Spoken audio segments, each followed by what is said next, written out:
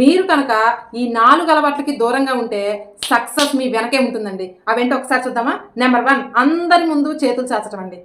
దీనివల్ల మనకున్నటువంటి బంధాలు దూరం అవుతూ ఉంటాయి. దానితో పాటు మనకు సొంతంగా ఆలోచించేటటువంటి గుణాన్ని మనం కోల్పోతాం. ప్రతి చిన్నదానికి కూడా పక్క వాళ్ళ మీద ఆధారపడాల్సి వస్తుంది. సమయానికి వాళ్ళు లేకపోతే అప్పుడు మన పరిస్థితి ఎలా ఉంటుందో ఒక్కసారి ఊహించుకోండి. ఇక నెంబర్ 2 ప్రతి చిన్న మార్పుకి భయపడటం.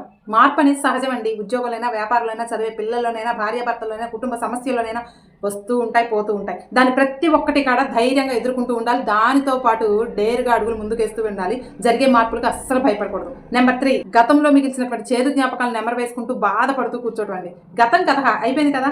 ఇప్పుడు ప్రెజెంట్ కాలాన్ని అనుభవిస్తూ అందంగా తీర్చిదిద్దుకుంటే భవిష్యత్తు మంచి పూలవనంలాగా ఉంటుంది. కాబట్టి గతాన్ని వదిలేయండి. ఇక నెంబర్ 4 నిన్ను నువ్వు తక్కువ చేసుకోవటం. ముందు మీకు మీరు వాల్యూ ఇచ్చుకోవడం నేర్చుకోండి. ఎందుకంటే సక్సెస్ ఎవ్వరి సొత్తు కాదు. ఈరోజు వాళ్ళకొచ్చుండొచ్చు సక్సెస్. రేపు మీకు ఖచ్చితంగా వస్తుంది. కాబట్టి కాన్ఫిడెంట్‌గా ఉండండి. ముందు మిమ్మల్ని మీరు నమ్మకపోతే బయట వాళ్ళు మిమ్మల్ని ఎలా నమ్ముతారండి? కాబట్టి బీ కాన్ఫిడెంట్. ఓకేనా? ఇక నెంబర్ 5 అతిగా ఆలోచించటం. ఆలోచన మంచిదే. కానీ ప్రతి చిన్న విషయాన్ని కూడా అతిగా ఆలోచించడం వల్ల పల్లవ్వండి. ఏ ఆలోచనకైనా ఒక ఫుల్ స్టాప్ ఉండాలి.